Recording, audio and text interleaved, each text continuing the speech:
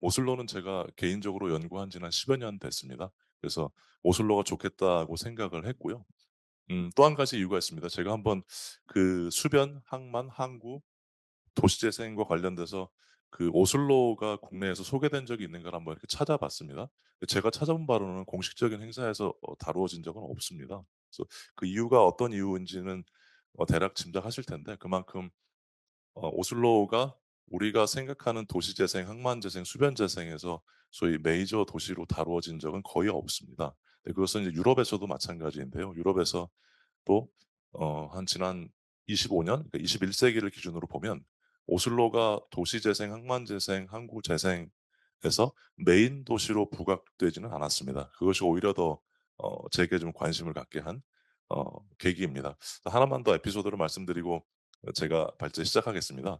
제가 지난 한 10여 년 동안에 그 유럽에 그 답사를 오시거나 어떤 벤치마킹을 오시거나, 그것이 민간 기업이든 어 관공서든 오시면, 특히 수변이나 항만재생, 항구재생에 관심이 있으신 분들이 오시면 그 기획안을 제가 이렇게 조언해 드리면서 오슬로를 꼭 가 보시라고 제가 말씀을 꼭 드리는 편입니다. 그런데 실제 다녀오신 분들은 거의 없으세요. 그래서 제가 "오슬로를 꼭 가서 보십시오. 이런 곳 보실 만합니다. 우리가 충분히 살펴볼 만합니다."라고 말씀을 드리면 "알겠습니다." 하고 대부분이 다 보시면 뭐 런던, 파리, 베를린, 바르셀로나 뭐 이렇게들 다녀가세요. 그리고 다녀왔다고 하시는 분들이 개중에 계신데 대부분이 한 반나절, 그리고 보신 다음에 제가 나중에 여쭤보면 "뭐 반나절 볼거리도 없던데." 이렇게 얘기하시더라고요. 그래서 저는 그게 상당히 중요한 게, 제가 이 말씀을 이제 발제하기 전에 왜 드리냐면, 우리가 수변에서 지금까지 보고자 했던 게 무엇인가에 대해서 본질적인 질문을 한번 던져 보고 싶습니다. 그러니까 우리가 지금 오랫동안 얘기했던 빌바오나, 또 제가 오랫동안 연구했던 리버풀이나 또는 함부르크나, 그곳에서 우리가 보고자 했던 것과 오슬로에서 보이는 것이 다른가? 아니면 정말로 우리가 보고자 하는 게 없어서 그런가? 오늘 제 30분 동안의 발제를 보고 아마 여러분들과 같이 이야기를 나누면 좋을 것 같습니다. 뭐 8 개로 목차로 되어 있긴 하지만 크게 보면 제가 도시재생과 항만재생에 대해서 먼저 말씀을 드리고요. 그리고 오슬로가 가지고 있는 특수한 조건에 대해서 좀 말씀드리고, 오슬로가 어떻게 쇠퇴했는지 설명드리고, 그리고 나서 지난 10여 년 정도 대략 시기로 보면 10여 년 정도 기간 동안에 오슬로가 어떻게 단계적인 도시재생 사업, 수변재생, 항만재생을 진행해 왔는지 설명을 드리고, 그리고 나서 현재 어 아주 빠른 현재 시점까지 뭐 어떤 일이 벌어지고 있는지 그 부분을 설명드리고, 우리가 함께 고민해야 될 부분이 무엇인지에 대해서 말씀드리고자 합니다. 지금 제가 보여 드리는 내용이, 제가 제목을 도시재생과 항만재생의 진화라고 적었는데요. 이 도시들은 제가 지난 20여 년 동안 유럽에 있으면서 연구를 쭉 해 왔던 도시들입니다. 아마 이 도시들을 여러분들이 보시면 대부분 고개를 끄덕이실 게, 대부분이 우리가 도시재생 또는 항만재생에 성공한 도시들이라고 얘기하시는 것에 주저하시지 않을 겁니다. 물론 이외에도 많겠지만 그중에서도 이 전체 이제 도시재생 유럽의 네트워크인데, 지금 좌측 우측에 보이는 도시들이 규모도 다르고 특성도 다르고 모든 것이 다르지만 공통적인 것은 도시재생과 항만재생에 성공한 도시라고 이야기하면 아마도 틀리지 않을 것입니다. 그런데 여기서 제가 좀 빨갛게 나눠 봤는데요. 지금 빨갛게 제가 표시한 도시들은 특히나 항구 도시들입니다. 그럼 이건 뭐냐면, 우리가 특별히 얘기하지 않아도 실제로 우리가 도시재생에 성공했다라고 하는 도시들은 사실은 대부분이 다 항구 도시들, 항만 도시들입니다. 그러니까 뒤집어서 이야기하면 항만 도시가 쇠퇴한 상황과 항만 도시가 도시 재생을 진행하기 위해서 선택한 방식들이 매우 구체적인, 우리가 지금 이야기하는 도시 재생의 어휘들이고 방법론이고, 그다음에 또 그만큼 절실했다는 이야기고, 또 쇠퇴도 굉장히 심했기 때문에 사실은 우리가 도시 재생이라고 이야기를 하지만 조금 더 구체적으로 들어가 보면 항만 재생이 도시 재생의 큰 흐름을 적어도 유럽에서는 만들었다라고 얘기해도 틀리지 않습니다. 그렇다고 한다면 제가 이제 처음 여러분들께 던지고 싶은 질문은, 과연 우리는 이러한 도시들에서 어떤 경험과 어떤 교훈을 어 배울 것이고 이걸 또 어떻게 해석해 왔는가라고 하면 좀 비판적으로 말씀을 드리면 아마도 우리는 너무 작은 렌즈를 가지고 이 도시들을 본 게 아닌가. 그래서 예를 들어서 뭐 수변에 랜드마크를 만든다든지 뭐 항구의 기능을 뭐 확대한다든지 또 뭐 크루즈를 도입한다든지 그 몇 가지의 어휘들이 있는데 그 어휘들에만 너무 집중했던 게 아닌가? 다양한 형태의 도시들과 다양한 형태의 조건과 다양한 형태의 산업과 여러 가지의 그 맥락이 있는데 '이 도시들에서 어떤 경험과 어떤 교훈을 얻었는가 좀 나누어서 구체적으로 볼 필요가 있다.'라는 생각. 그래서 먼저 제가 제 나름의 좀 결론을 내려보면 먼저 결론을 말씀드리면 네 가지를 저는 늘 이 네 개 이 도시들에서 살필 수가 있다고 공공 환경을 개선하는 것 이것은 공통적인 사항. 어떤 도시이든 간에 규모나 맥락이나 역사나 지리적 환경과 상관없이 수변이 가지고 있는 가장 큰 장점은 공공성, 공공 환경이기 때문에 수변 공공 공간을 어떻게 바꾸는가가 기본적으로 항만 도시의 성패를 좌우한다는 것. 이게 첫 번째고요. 그다음에 이제 사회적 가치와 지역적 가치, 즉 경제적 가치를 높이는 건 너무 당연한 것인데 그거보다 오히려 사회적 가치와 지역적 가치를 결합하는 데 초점을 맞추었다는 것. 사회적 가치와 지역적 가치를 결합함으로 인해서 그 시너지가 궁극적으로 경제적 가치로 넘어가게 되는 이러한 단계를 거쳤다는 것이 두 번째고요. 그다음에 세 번째, 네 번째가 저는 중요하다고 봅니다. 그러니까 시일성에 부합하는 그 산업의 연계와 접목. 여기서 시일성이라고 하면 매 시기마다 달라집니다.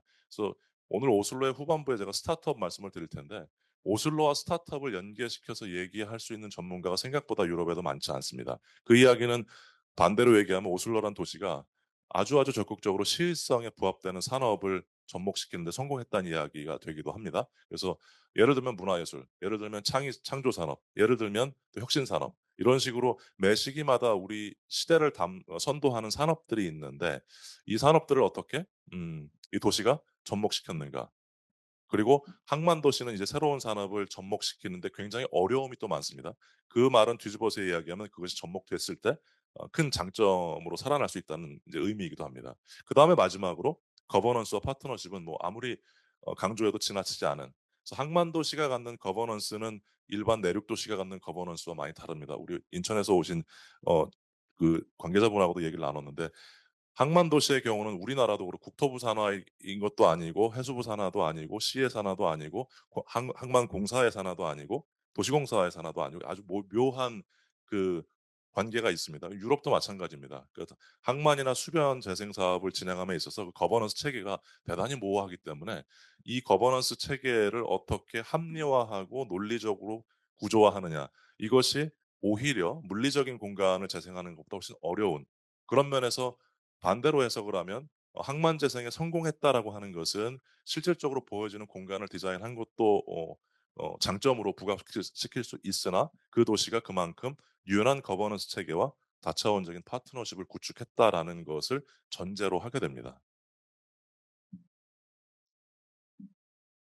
그중에서도 제가 이제 오늘은 오슬로를 말씀드리는데요. 제가 오슬로 하나를 이렇게 빨갛게 표시한 것은 오슬로가 유럽에서 그래서 이제 제가 도시재생과 항만재생으로 나누어 말씀드려 보겠습니다. 유럽에서 오슬로를 도시재생에서 어떻게 언급할까라고 하면 그 위상을 말씀드리는 것입니다. 오슬로는 기본적으로 여러분 잘 아시는 것처럼 잘 사는 도시입니다. 굉장히 잘 사는 그러니까 GDP가 높은 도시 그리고 삶의 수준이 높은 도시입니다. 그러나 도시 재생에서 우리가 이야기하는 보편적인 사례들을 만들지 못한 도시라고 보편적으로 이야기합니다. 그러니까 '오슬로가 뭐가 있지?'라고 하는 것은 단순하게 어떤 건물 하나가 있는 게 아니라 도시 재생 우리가 말하는 케이스 스터디로서 '오슬로 하면 뭐가 있지?'라는 것에서 어 크게 드러난 것이 없다라는 게 보편적인 의견입니다. 그리고 오슬로를 항만 도시로서 오슬로가 굉장히 한자 동맹 이후에 13 세기 이후에 굉장히 번화했던 항구 도시인데 그럼에도 불구하고 항구 도시로서의 역사성을 언급할 때도 오슬로는 빠져 있습니다.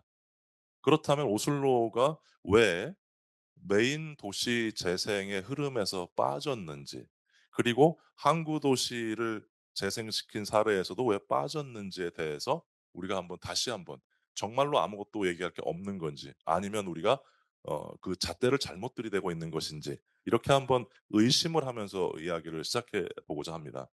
그래서 노르웨이라는 나라는 어 이렇게 보여 드리겠습니다.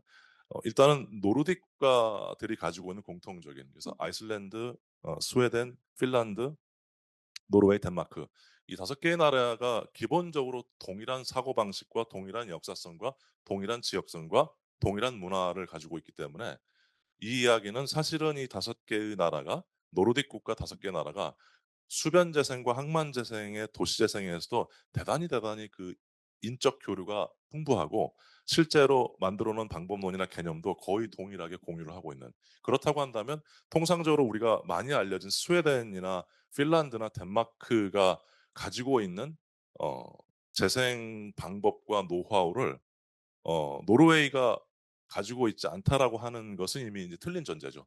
거의 동일한 그 도시계획과 건축가, 정책 전문가들이 이 5개 나라에선 다 활동을 하고 있다. 그러니까 실제로 국가의 경계가 거의 없다라고 보시면 되고, 그중에서도 제가 왼쪽 지도에 표시한 것처럼 오슬로의 경우는 대단히 좋은 위치, 그러니까 북해와 연결되는 항만이기도 하고 아래쪽으로 덴마크, 위쪽으로 스웨덴. 그래서 어 노르웨이란 나라로 보면 한쪽으로 남동쪽으로 치우쳐 있지만 전체 노르딕 국가에서 보면 대단히 중심이 되는 이제 수변 항만 도시이다, 이렇게 볼 수 있습니다. 그래서 이 노르딕 국가들이 가지고 있는 공통적인 도시에 대한 생각, 수변에 대한 생각, 이것이 거의 공유되고 있다라고 보시면 되고, 스웨덴이 워낙에 이 노르딕 국가 중에서 큰 나라이기 때문에, 스웨덴이 대표적인 국가이기 때문에 스웨덴이 전체를 주도하는 것처럼 이제 지금까지 알려졌으나 사실은 노르웨이의 경우도 거의 동일한 수준의 어 그 디자인 능력과 정책 개발 능력을 가지고 있다라고 보시면 틀리지 않을 것 같습니다. 네, 간단하게 제가 뭐 정리를 해 봤는데요.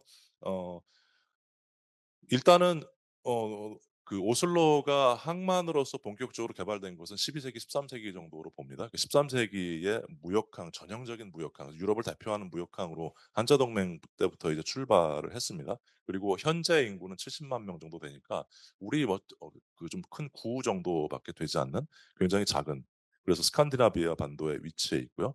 네, 인제 세 번째가 중요한 이야기인데요. 왜 우리가 노르웨이 하면 아는 것이 없을까? 노르웨이 하면 어떤 떠오르는 건물이나 또는 재생 사례가 없을까? 노르웨이 항만이 좀 독특하게, 오슬로 항만이 조금 독특하게도 그 목조 건물 중심으로 그 항만이 구축이 됐습니다. 건물 자체가 다른 항만보다도 비교해서 대부분의 항만들이, 물류 항만의 경우에 이제 벽돌 건물로 많이 짓고 시설을 지었는데, 오슬로의 경우는 그 목조 건물 중심으로 이걸 짓다 보니까 굉장히 여러 차례 화재를 경험하면서 어 그 대화재가 여러 번, 한두 번이 아니고 여러 번 나면서 소위 우리가 말하는 전통 건축물, 보존할 만한 건축물들이 거의 남은 게 없습니다. 그래서 오슬로 항만에서 우리가 기억할 만한, 보존할 만한, 역사적으로 뭔가를 유지할 만한 이런 그 건물이 없다 보니까 항만 자체가 역사성이나 지역성을 이렇게 드러내는데 대단히 취약한, 이런 독특한 맥락을 가지고 있습니다. 그래서 오히려 지리적 조건이, 우리가 피오르라고 하는 그 빙하가 침식돼서 만들어진 협곡, 이 피오르가 오히려 그 천연 지형을 가지고 있는 피오르가 오슬로 항만을 대표하는, 그래서 건물이나 공간보다는 지리적 조건 자체가 더 알려진 이러한 이제 독특한 도시이라고 보시면 되는데, 그 피오르 때문에 북유럽의 도시치고는 굉장히 온화한 기후 조건이, 우리가 좀 선입견이 있는데 오슬로가 기후가 굉장히 좋습니다. 물론 이제 겨울에는 춥긴 하지만, 그래서 무역항으로 발전하기에는 대단히 좋은 조건. 상대적으로 북유럽에 있는 다른 도시들보다 오히려 무역항, 그다음에 관련 산업으로 발전하기에 좋은 조건을 가지고 있습니다. 그럼에도 불구하고 20 세기 후반에 어 거의 대부분의 산업이 쇠퇴하면서, 지금 이제 요게 쇠퇴했을 때 의 모습인데요. 그러니까 이 20 세기 후반에 오슬로 항구는 이렇게 쇠퇴했다라는 표현이 조금 틀릴 것 같습니다. 그러니까 완전히 다 멈춘 겁니다.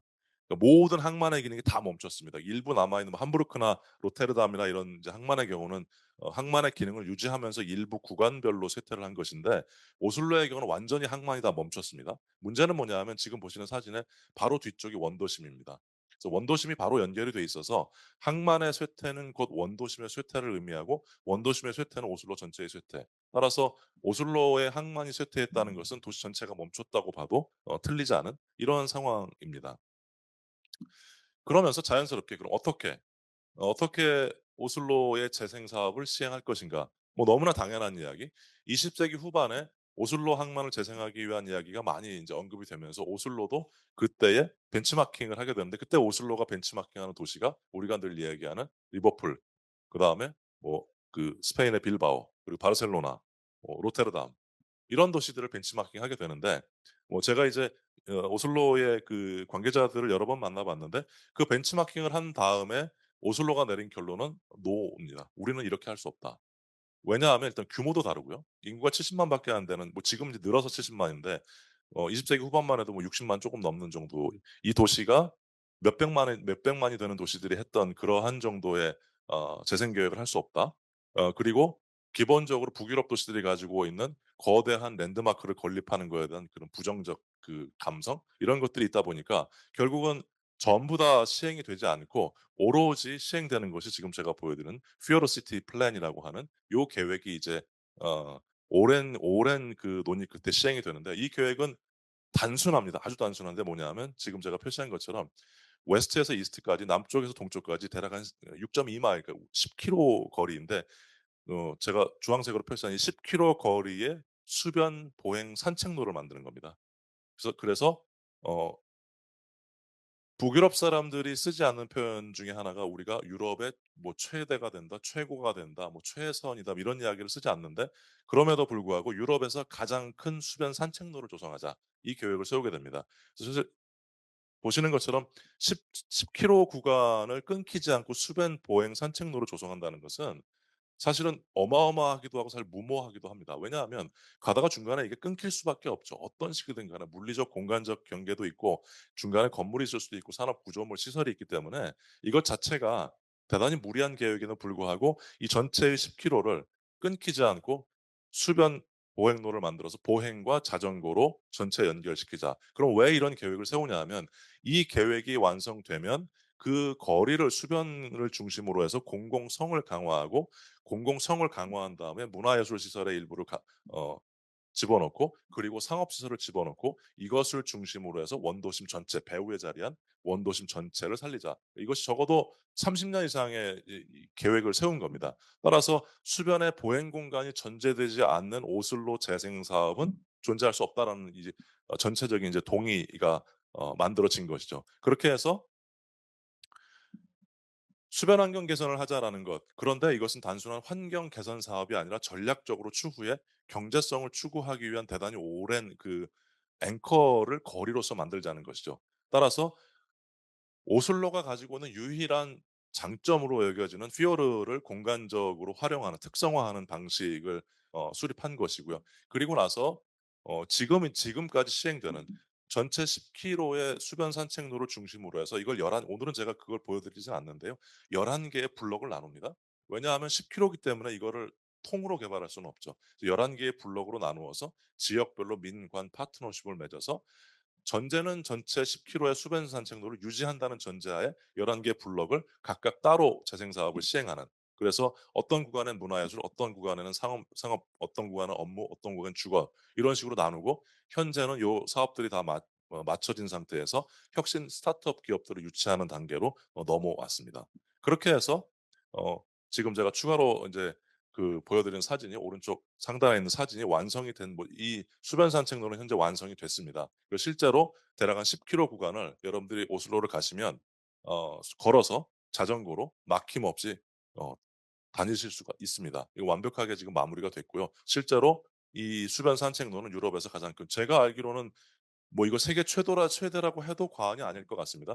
끊기지 않고 걸어서 수변을 다닐 수 있는 곳, 이 정도. 보통 우리가 한 2-3 킬로 되는 구간들은 꽤 많은데 10 킬로 구간을 이렇게 만든 경우는 아마 거의 없을 겁니다. 그래서 현재 마무리가 됐고요. 자, 그러면 제가 이제 말씀드린 것처럼 이게 마무리가 된 상태에서 거리와 연결된 다음에 배후 블럭의 개발 방식, 재생 방식은 민간에 위탁을 주면서 알아서 11 개, 그러나 전제는 수변과 공공성은 절대로 유지해야 되는, 그리고 나머지는 쪼금 유연하게 이 재생 사업을 벌이는 것으로 이렇게 계획이 돼서 현재 이 사업은 현재까지 2025년 현재까지도 진행이 되고 있습니다. 그래서 수변이 완성이 된 다음에 그다음에 이제 포인터가 되나요?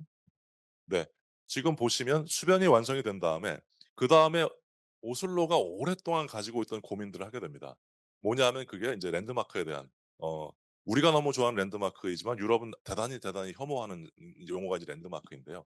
랜드마크를 만들어야 되느냐 말아야 되느냐에 대해서 굉장히 고민을 합니다. 왜냐하면 기존의 재생에서 성공한 도시들을 살펴보면 그래도 그 도시를 대표하는 아이콘이 되는 뭔가가 있어야 되는데 사람들이 오슬로 하면 '아 수변이 좋다? 이것 가지고는 좀 부족하지 않을까?' 그럼 오슬로 하면 무엇으로 도시를 홍보하고 마케팅하고 브랜딩할 것인가, 그 고민을 하다가 적어도 한두 개의 어 '문화예술 시설은 있어야 된다.' 이렇게 해서 등장한 것이 오페라 하우스입니다. 그래서 보시면 수변의 딱 정중앙에 하얗게 되어 있는 곳이 퓨어로 협곡의 딱 중앙인데요. 여기에 어 오페라 하우스를 문화예술 지구의 앵커로 조성하는 것으로. 그런데 뭐 대단히 제가 인제 어느 정도까지 비판적으로 이 부산의 상황을 얘기해야 되는지 좀 조심스럽긴 합니다. 근데 그냥 객관적으로 말씀드리겠습니다. 2008 년에 이 프로젝트가 오페라 하우스가 완성이 됐는데 여러분들 보시면 이 건물의 이 형태에 대해서 이게 그 피오르에 떠 있는 뭐 그 빙하 모습 뭐 이런 얘기들 많이 하는데 이 건물의 컨셉은 걸어 올라가는 보행 가능한 건물입니다. 앞서 제가 말씀드린 10 킬로의 구간을 보행 공간을 만드는 게 전제됐습니다. 그런데 보행의 수변에 인접해서 오페라 하우스를 건립한다는 계획이 반대에 부딪히는 이유는 그럼 중간에 건물이 들어서게 되면 막는 거지 않습니까? 따라서 건물을 건립하되 최대한 낮춰서 사람들이 건물로 인해서 수변을 방해받지 않게 해야 된다. 그럼 결론은 건물을 걸어서 올라가게 해야 되는 거죠. 그래서 현상 설계에서 당선한 스노헤타가 오슬로 건축가입니다. 스노헤타 설계사무소에서 제시한 방식이 건물을 걸어서 올라가게 하자. 이렇게 해서 등장하는 것입니다.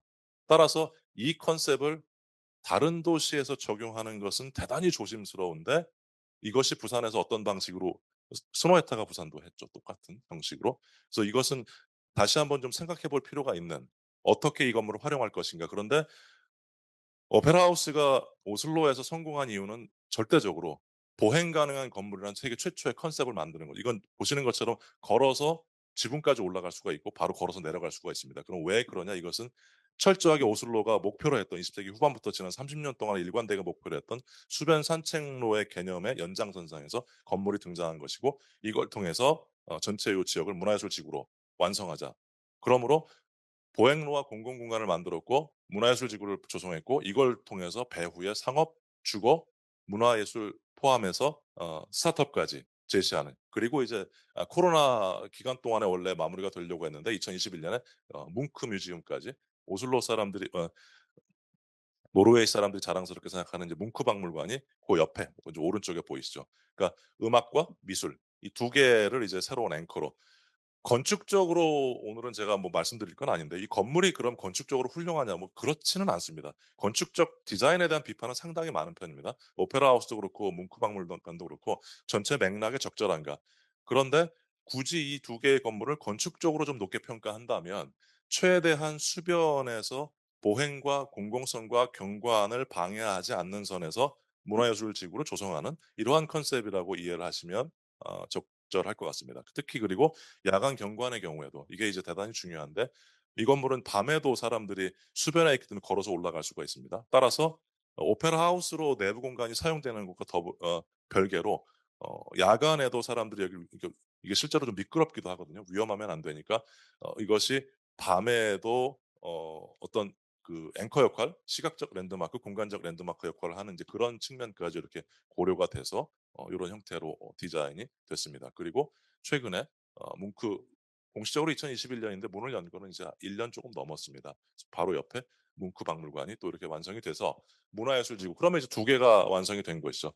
수변 산책로, 수변 공공공간, 그리고 문화예술 지구가 완성이 되면서 이제 그다음부터는 우리가 이야기하는 보편적인 도시재생 사업 소위 프로세스를 한 단계 한 단계 그대로 밟아 나갑니다. 뭐냐 하면 보시는 것처럼 수변에 가구들, 그러니까 거리 가구, 그리고 수변에 즐길 수 있는 먹거리, 즐길 거리, 그리고 상업 공간, 요것을 단계적으로 만들어 나가는. 따라서 이것은 뭐 특별할 게 없는 거죠. 다만 전제가 앞서 이미 한 10여 년 넘게 공공 환경과 거리 환경과 문화예술지구가 조성되었기 때문에 유동인구를 끌어들일 수 있는 충분한 장치가 마련이 된 것이죠. 그러므로 '어떻게 하면 온 사람들을 머물게 할 것인가.' 이렇게 해서 정말로 높은 수준의 그 디테일을 가진 거리 가구들, 공공 환경 개선 사업 이렇게 벌이게 됩니다. 이거 보시면 제가 그래픽한 게 아니고요. 이 거리의 굴곡에 맞추어서, 죄송합니다. 이런 표현 쓰면 어떨지 모르겠는데 미친 디테일이라고 제가 얘기하는데요. 이게 진짜 미친 디테일입니다 보시면. 이런 가구들이 굉장히 많은데 보기에 좋은 것이 아니라 이게 안전의 문제도 있고 바람이 많이 불기 때문에요. 그런 여러 가지 조건들, 이런 것들을 감안해서 어 사람들이 왔을 때 '아 우리 오슬로 수변이 정말 머물 만하다.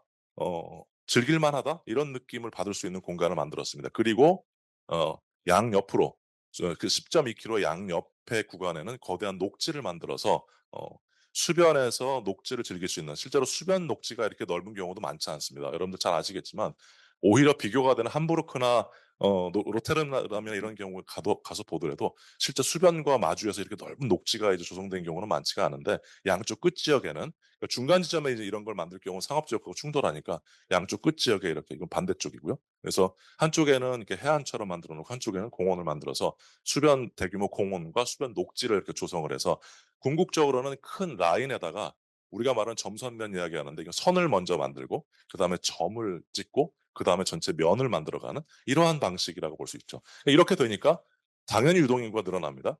그리고 나서 자연스럽게 주상복합 개발을 하는, 그러니까 주거와 상업시설이 들어가는. 그러니까 초기에 이 주상복합 개발을 했다면 당연히 이게 임대도 안 되고 뭐 관심을 못 끌었겠죠. 그래서 일단 라인이 워낙에 강하게 잡혀져 있고 사람들이 와 즐길 만한 상황이 되니까 주상복합 개발이 성공적으로 진행이 되는, 지금도 진행을 하고 있습니다. 그래서 몇 개의 블록을 보여 드리면, 주상복합 개발의 경우도 아까 제가 전제했듯이 대부분의 건물 디자인과 대부분의 공간 디자인은 북유럽에, 그러니까 스웨덴, 핀란드, 덴마크 이런 그 소위 우리가 말하는 세계 최고 수준의 도시계획과 건축가들이 참여를 했기 때문에 이 공간의 수준이 당연히 높습니다.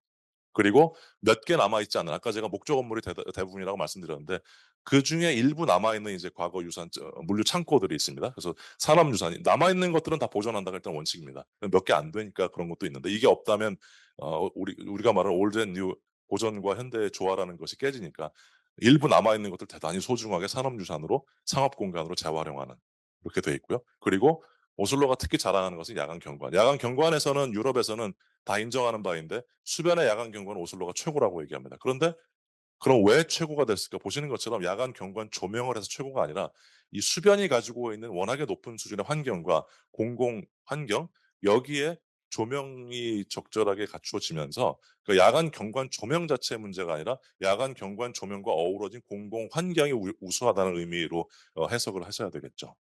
그리고 뭐 이런 식의 이제 야간에도 즐길 수 있는 공간, 쉴 수 있는 공간. 이렇게 해서 지금 반대쪽 제가 10.2 킬로에서 왼쪽이 서쪽, 오른쪽 사진이 남 동쪽 보여 드리는 겁니다. 완벽하게 지금 같은 형태로 마무리가 됐습니다.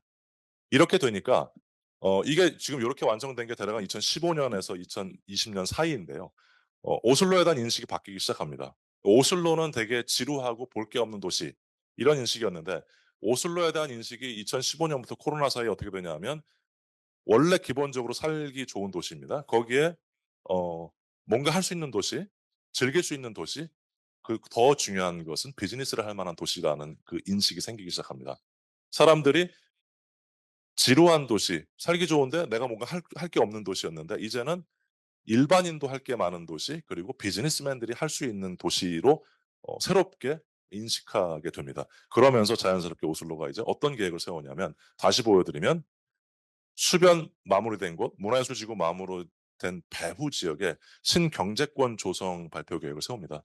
그러니까 신경제권을 오슬로에서 조성한다고 했을 때 많은 유럽의 전문가들이 "와 이건 되게 무모하다." 오슬로의 경제권이라고 하는 게 인구 70만의 도시인데요.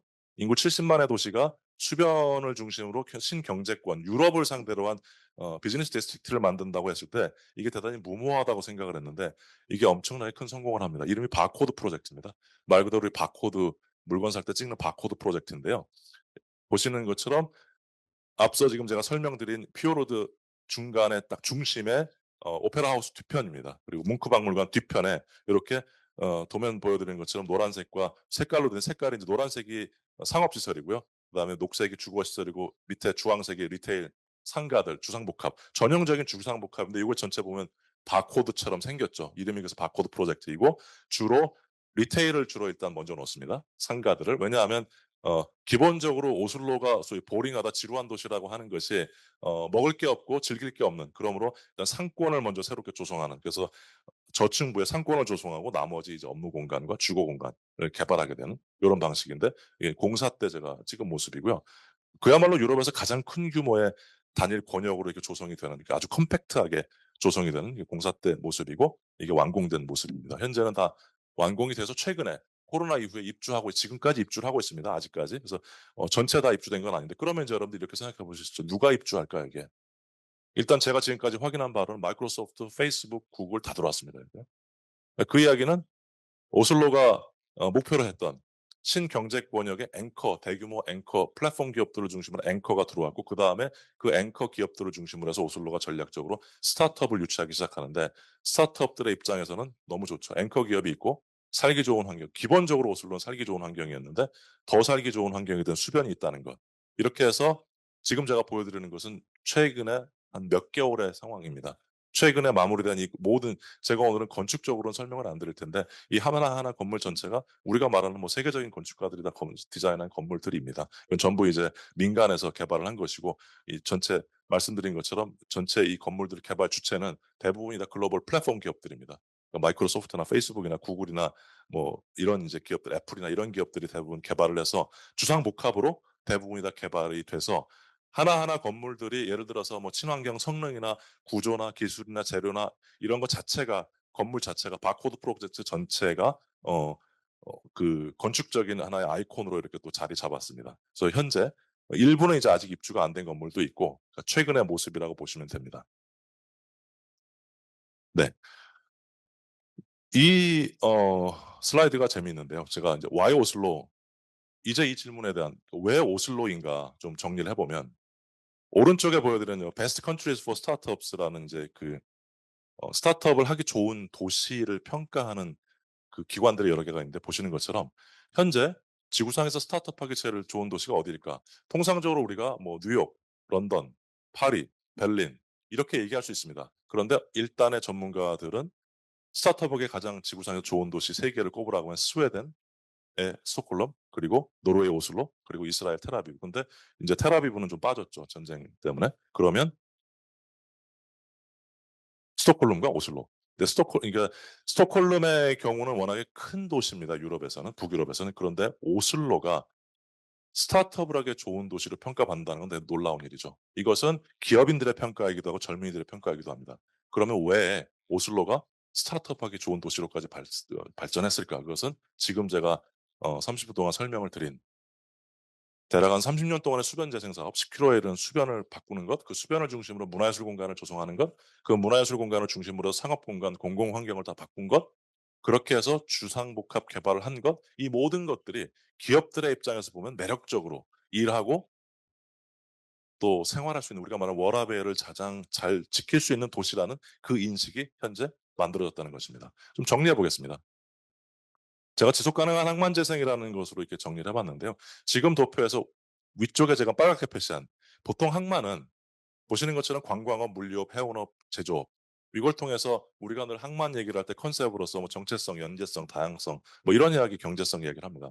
그리고 변하지 않는 가치는 역사성과 장소성은 변하지 않는 가치이죠. 그런데 최근의 상황을 보면 수변이 혁신 산업이나 첨단 산업이나 문화예술 산업이나 창조 산업의 중심으로 또 바뀌고 있습니다. 그러므로 항만 재생에서 언급되는 개념도 앞서 보여드렸던 개념들과 달리 친환경, 그다음에 뭐 상업성, 확장성, 공공성 이런 이야기들이 조금 더 많이 언급이 됩니다. 그럼 이걸 두 개를 합쳐 보면 결국 지속 가능한 항만 재생이라고 하는 것은 기존의 전통적인 산업과 전통적인 개념을 유지할 수도 있고, 거기에 추가된 개념과 새로운 산업을 합칠 수도 있고, 여기에 하나만 택할 수도 있는데, 노르웨이와 같은 경우를 보면 이것이 전체가 다 공존하는, 노르웨이가 후발주자입니다. 항만재생의 후발주자이고 대단히 늦은 후발주자임에도 불구하고 선두주자들이 부러워할 정도의 상황을 만든 것은 선두주자들이 해왔던 것을 벤치마킹하면서 자신들만이 할 수 있는 뭔가를 만들어내서 이제는 오히려 선두주자들이 노르웨이 오슬로를 벤치마킹하게 하는 독자적인 방식의 지속 가능한 항만재생을 만들었다는, 그렇다면 우리가 이제는 늘 이야기됐던 항만재생 사례보다는 오히려 가장 최근에 이러한 새로운 흐름을 만들어내는 오슬로에 관심을 갖는 것이 맞지 않을까. 이것이 오늘 제가 여러분들께 던지는 화두이고, 우리 부산의 경우도 어 선두주자는 아니겠죠. 후발주자인데, 그렇다면 오히려 많은 다양한 성공과 실패 사례들이 있는데 이 상황에서 어떻게 부산이 후발주자로서의 장점을 살려나갈까, 이것을 함께 고민했으면 합니다. 마치겠습니다. 감사합니다.